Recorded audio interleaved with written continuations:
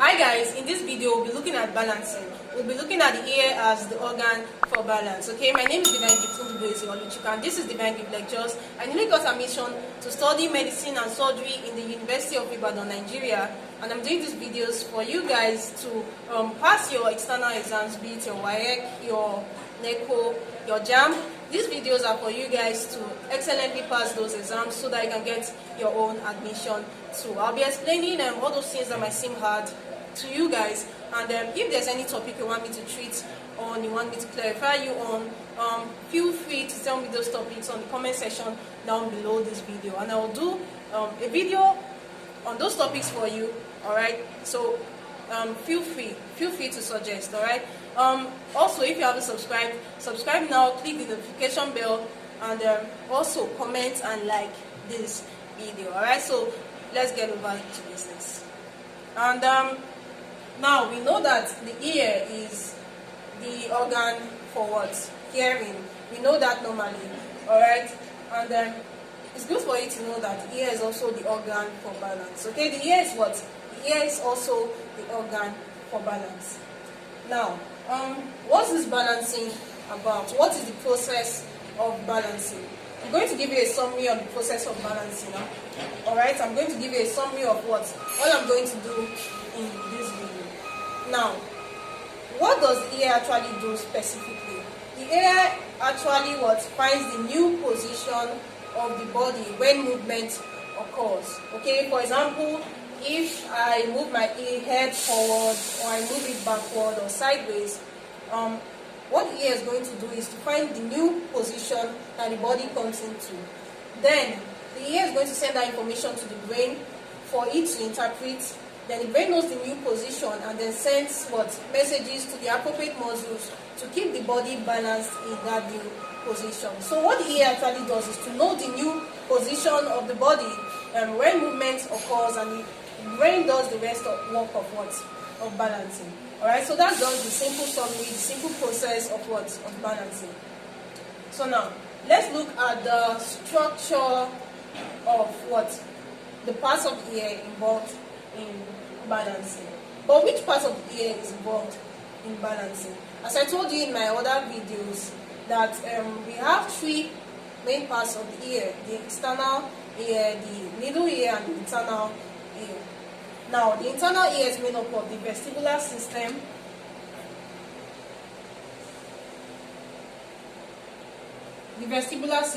and the cochlea. Okay, this is the part of the ear involved in balancing. Okay, while this other part is involved in hearing. Now, I've done some videos on the structure of the ear and how to draw the ear. I've also done some videos on a video on the process of hearing. So if you haven't watched these videos, go and watch them, because I'll be using some terms and some things we learned in those videos to explain this new topic here. Alright, so don't forget to watch those videos. As I said before, the vestibular system is the part of the ear involved in balance. Okay, so far we've looked at the fact that the ear is the organ for balance, even as it is the organ for hearing, and we've looked at the summary of the process of balancing. That the main function of the ear is to detect the new position of the body immediately when after movement occurs, and the brain does the rest work of the balancing. And we've looked at the part of the ear that is involved in balancing, which is the vestibular system. So we're going to go into how the ear actually does its work in balancing. And before we do that, we are going to look at the structure of this. Alright, we are going to look at the vestibular system. So now the vestibular system is made up of these main parts. It has these main parts, which are the utricle, the saccule, and the semicircular canals. Okay, so we are going to draw that now, and I'm going to explain to you how the ear actually balances. Okay, so stay with me.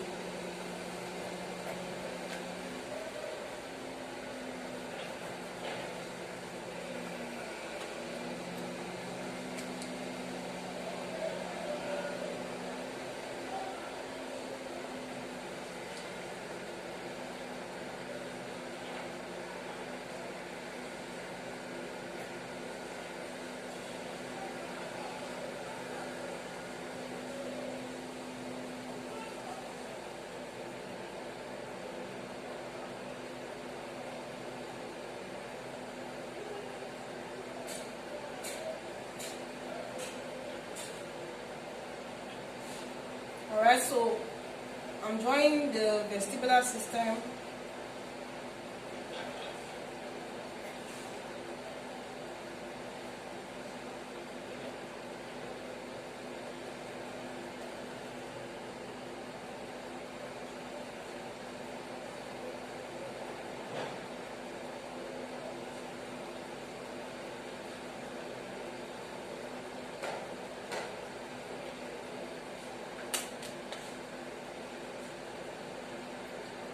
So this is the vestibular system that I've just drawn for you. Okay, so now this is the vestibular system, and I'm going to label it for you. This is the utricle, this is the circle, and these are the 3 semicircular canals.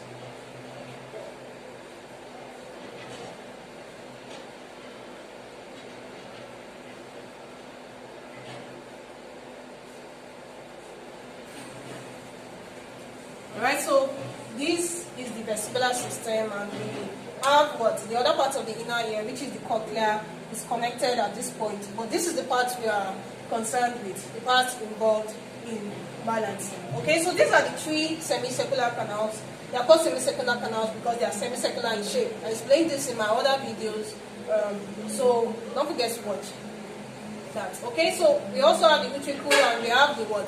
The circle. Now, this part I've drawn is actually the membranous labyrinth. Okay, I explained this in my other videos, so watch them. Now, this is what actually the what? Membranous labyrinth. That is the whole canal I've drawn. And then we have an outer canal that just encloses this. It's called the bony labyrinth. But we're involved with just this. Okay, all we are going to explain is going to be within this area, so we don't have the need to draw what? The bony labyrinth. Alright, so let me explain something quickly for you in the what? In the semicircular canals. Now, we have this what? 3 semicircular canals. It is good for you to know that all of them are arranged at 90 degrees to each other.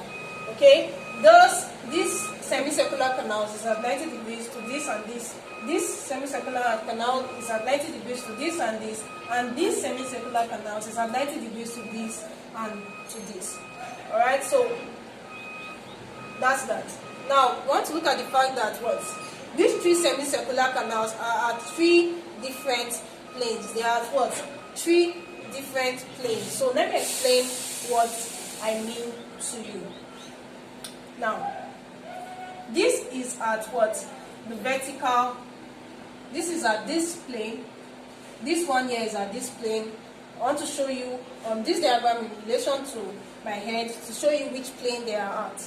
This semicircular canal here is at this plane. Okay? While this semicircular canal here is at what? This plane. Are you seeing it? It's at this plane. Now, while this semicircular canal here is at this plane, as you can see, it's horizontal, is at this plane. These 2, they are vertical, that is this and this, alright? While this is horizontal. These 2 are vertical, this and this, while this is what? Horizontal. Now, we are going to notice something. Take note of the planes of what these 3 semicircular canals in your mind. Now, you are going to notice something that what? They have swollen ends, and these swollen ends are called ampulla. They are called what?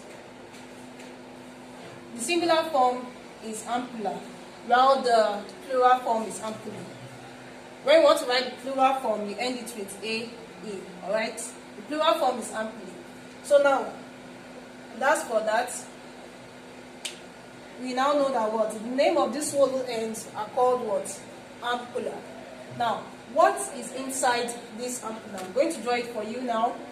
And I'm going to take this ampulla here and draw it here for you.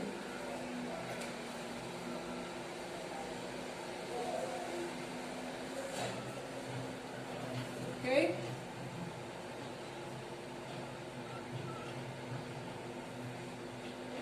So we have that. Now, inside the ampulla is a gelatinous structure called the cupula. Okay, what I've just drawn now is what is the cupula. So I'm going to label it as such. Cupula. Plural of this is cupulae, with the word ending with AE when it's plural. Alright, so this is the cupula, and this is the what? Ampulla. Now, under the cupula, it is good for us to note that what? There are sensory cells below the cupula. Okay? There are sensory cells just here below the cupula. And the sensory cells has hairs, and those hairs project into what? This cupula, as you can see. Okay? And also we have what? The vestibular nerve, which is part of the auditory nerve, which connects to the brain. Okay?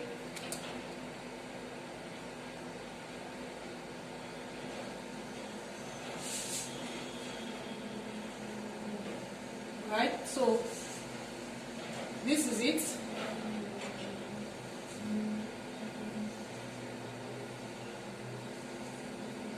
Now, this is what? The ampulla that I've drawn, and this is needed in what? The explanation for what? The whole function of the semicircular canals in balancing. Now, we're going to go over to the utricle and the circle. Now, in the utricle and the circle, there are regions known as macula. Alright? Plural of which is maculae. Okay, so there are regions known as macula, and those regions have, first of all, a gelatinous plate. Just like here has the cupula is a gelatinous structure, they have what? A gelatinous plate. Macula, gelatinous plate, and on this gelatinous plate are present what are known as what? What's known as the chalky granules. Okay? These are chalky granules present in what? The gelatinous plate present in regions of the wall known as macula. Now, under this, we have what? Again, we have sensory cells. Remember, I'm talking about the utricle and the circle now. With hairs. Okay? So that's that. Now we are going to go over to what? The function. How what? The ear actually what detects the position, sends it to the brain for interpretation, and then the brain of course will do the rest work. Now, we are going to look at first of all the 3 semicircular canals. Now, as I said before, there are 3 different planes, okay? So now, when your head moves, probably it moves forward, it moves backward and all that. The semicircular canal in the plane of that movement, okay, the semicircular canal in the plane of that movement is going to detect that movement the most. Okay, let me show you what I mean.